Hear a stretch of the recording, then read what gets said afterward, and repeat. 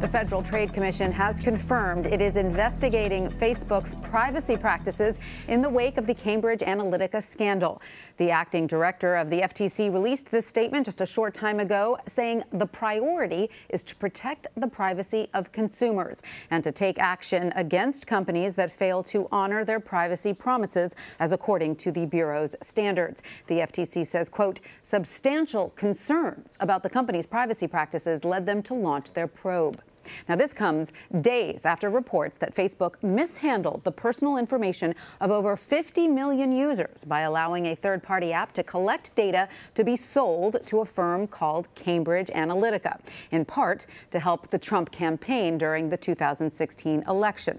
We're also learning more about the controversy on a political level from a new article in the Washington Post. 2 years before helping the Trump campaign, the data firm tested its tools with multiple conservative groups, all allied with the Mercers, a wealthy family that often funds right-wing causes. Michelle Yehi-Lee is a reporter for the Washington Post and co-author of that article. She joins me now from Washington. Michelle, thank you for being with us. Apart from the FTC investigation, we know that grassroots organization Common Cause has filed DOJ and FEC complaints against Cambridge Analytica, alleging violations of prohibition on foreign nationals from performing election-related activities. What more do you know about this? Yes, this group has filed this complaint because Cambridge Analytica in 2014 and in 2016 worked to boost the work of various campaigns and super PACs and so-called dark money outside groups to get their message out ahead of the midterms in 2014 and ahead of the presidential campaign in 2016. So the firm, which is a British firm, and they have a U.S. arm, which is Cambridge Analytica, they had foreign nationals who were employed by the firms who were doing everything from crafting messages that these groups could be using in their advertisements to doing research on the types of voters that they should be doing outreach to. So this is a concern that the watchdog group has raised, alleging that the groups therefore violated a prohibition on foreign nationals interfering in our elections. So let's say the investigation shows that these allegations have some validity. What could the end result be for Cambridge Analytica? Could the firm be forced to shut down? It could be. I mean, it could have some serious repercussions because, of course, the involvement of foreign nationals in the U.S. elections is of very big concern right now, given everything else that's going on in the foreign interference concerns. So it really could have a big repercussion. It's certainly a very worrisome matter. Now, you wrote that Cambridge Analytica execs sought the backing of rich GOP donors and billionaires to get a piece of all that money behind the 2014 elections in the U.S. So who are those donors and what was their goal? Their goal was to really corner the U.S. market. Effectively corner the U.S. market is what we found in the internal records that we have obtained.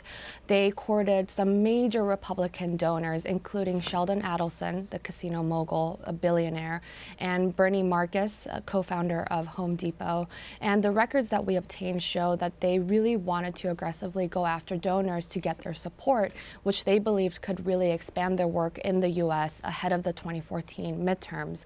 One email chain that we obtained shows that Alexander Nix, the chief executive of Cambridge Analytica, went as far as to try to pull data on Sheldon Adelson's family members in order to create a profile of them, a psychological profile, as a somewhat of a wow factor, which was what he wanted, to show Sheldon Adelson that their work really has impact.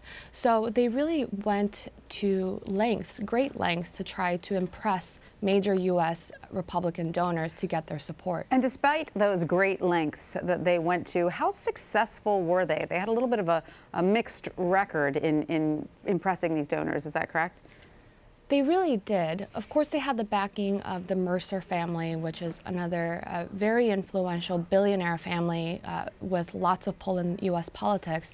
But I heard from some donors who had met with Alexander Nix and executives from Cambridge Analytica that they were not really impressed. At least ahead of the 2014 elections, they felt like the pitch wasn't quite there. They didn't quite know what it was that the firm was selling, and people were a little reluctant to try to get on board.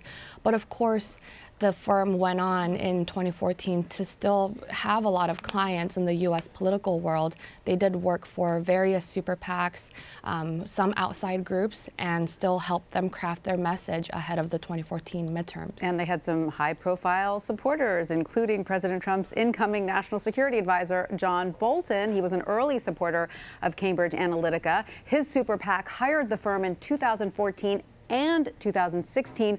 What kind of work did Cambridge Analytica do for his PAC?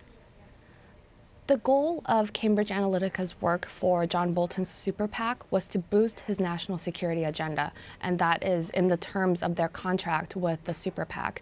They focused on several states that the super PAC was doing campaign work in the 2014 midterms, and provided data on the types of voters that they were trying to reach, ways to get their national security message out, to raise national security as a major campaign issue in those states. So they did everything from crafting messages to pulling information on various voters that the super PAC may try to help reach. John Bolton his super PAC was really one of the earliest clients that Cambridge Analytica had in the US.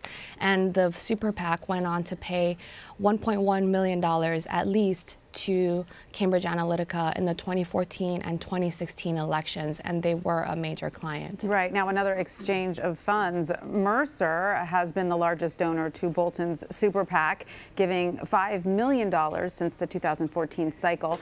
But the committee has said that they had no idea what Cambridge Analytica did with the information until recent reports.